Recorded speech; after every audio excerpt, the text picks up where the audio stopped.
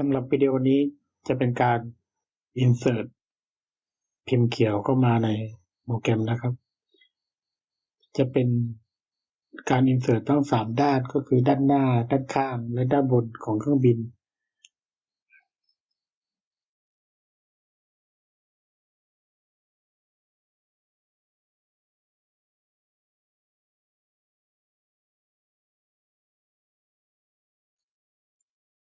เริ่มต้นให้ทำการ new part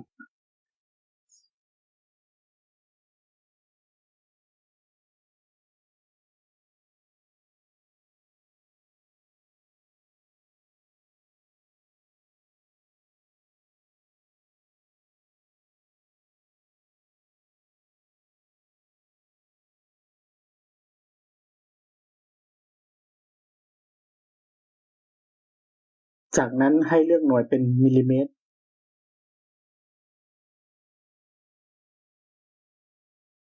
เลือกที่ right pane คลิกขวา Sketch ไปที่ Tool Sketch Tool เลือกที่ Sketch Picture จากนั้นเลือกพิมพ์เขียวด้านข้างของเครื่องบิน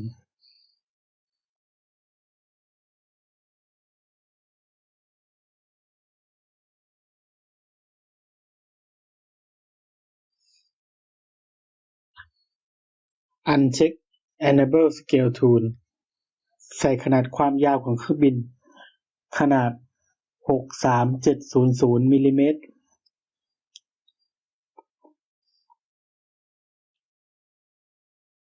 ในที่นี้เราต้องการให้เซนเตอร์ของจมูกเครื่องบินอยู่ศูนย์กลางณจุดออริจินใส่ค่า -4,660 มิลลิเมตร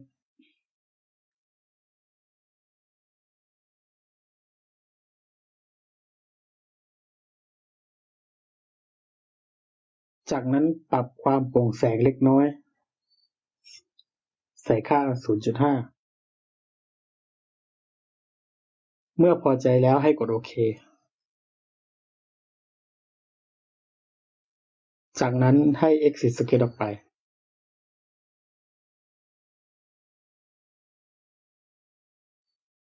ต่อมาเลือกที่ Front Plane คลิกขวา Sketch กด Space Bar เป็นการเลือกวิว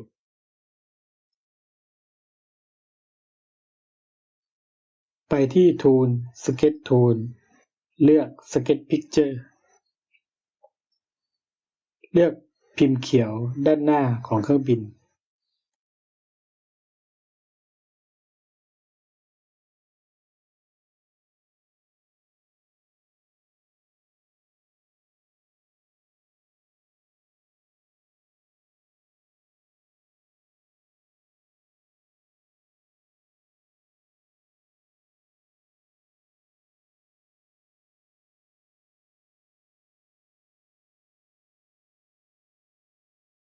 ใส่ขนาดความกว้าง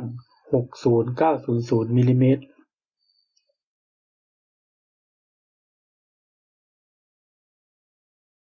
จากนั้นให้ปรับภาพให้อยู่ตรงกลางจุดออริจินโดยใส่ค่า -60900 หาร 2 ก็จะได้ภาพที่อยู่ในจุดออริจินตามที่เราต้องการ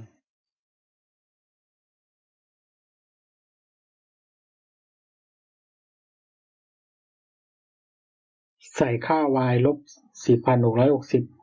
เพื่อเลื่อนภาพมาด้านล่างให้ศูนย์กลางของจมูกเครื่องบินอยู่ที่จุดออริจิน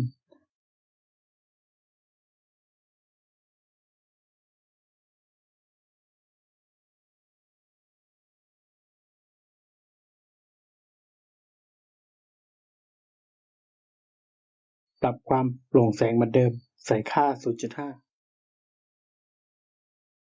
เมื่อพอใจแล้วคลิกโอเค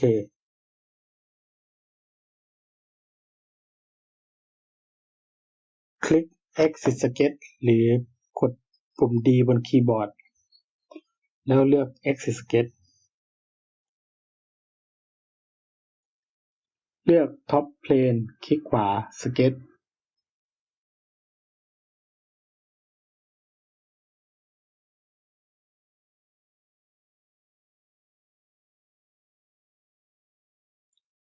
ไปที่เมนู Tool Sketch Tool เลือก Sketch Picture จากนั้นให้เลือกภาพ Blueprint หรือพิมพ์เขียวด้านบนของเครื่องบิน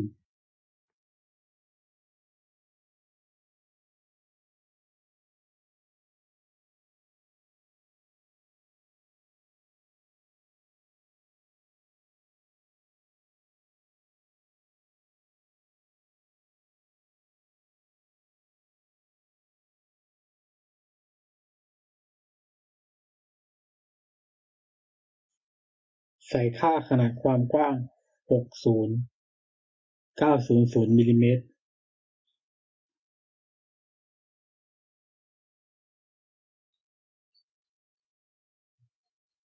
ปรับภาพให้อยู่ตรงกลางจุดออริจิน ใส่ค่า-60-900 หาร 2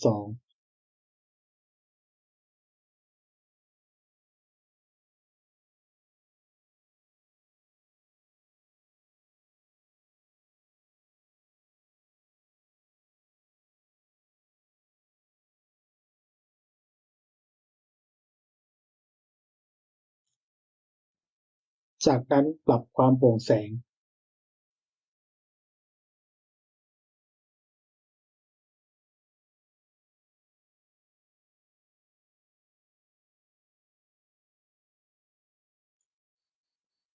Exit Sketch ออกไป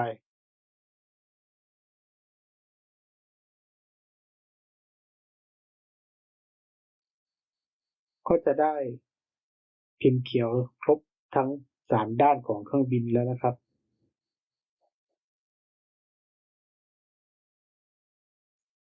เปลี่ยนชื่อสเก็ตเล็กน้อยเพื่อป้องกันความสับสนโดยดับเบิลคลิก2 ครั้งช้าๆ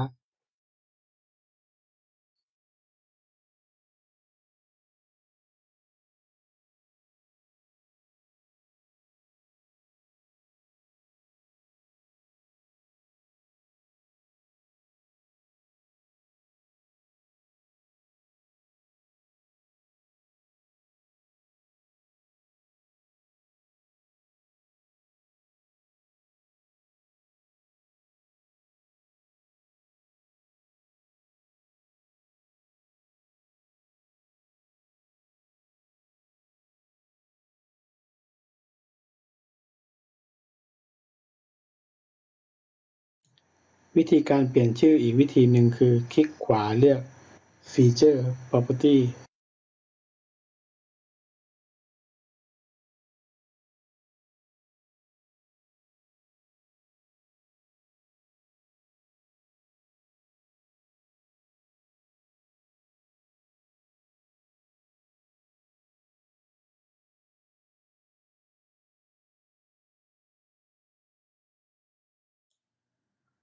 คลิกเลือกสเก็ตแรก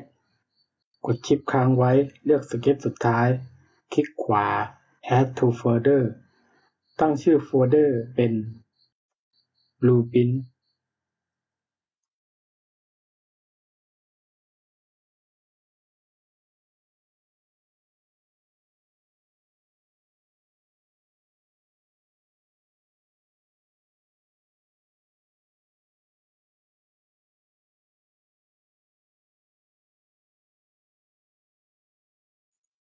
คลิกที่ Option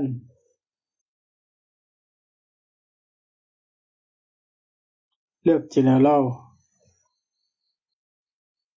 ให้เช็ค Enable Feed Bar สังเกตจะมีเส้นสีเหลืองปรากฏให้ลากออกมาจะเป็นการล็อกไม่ให้มีการแก้ไขปรับเปลี่ยนโดยที่เราไม่ได้ตั้งใจ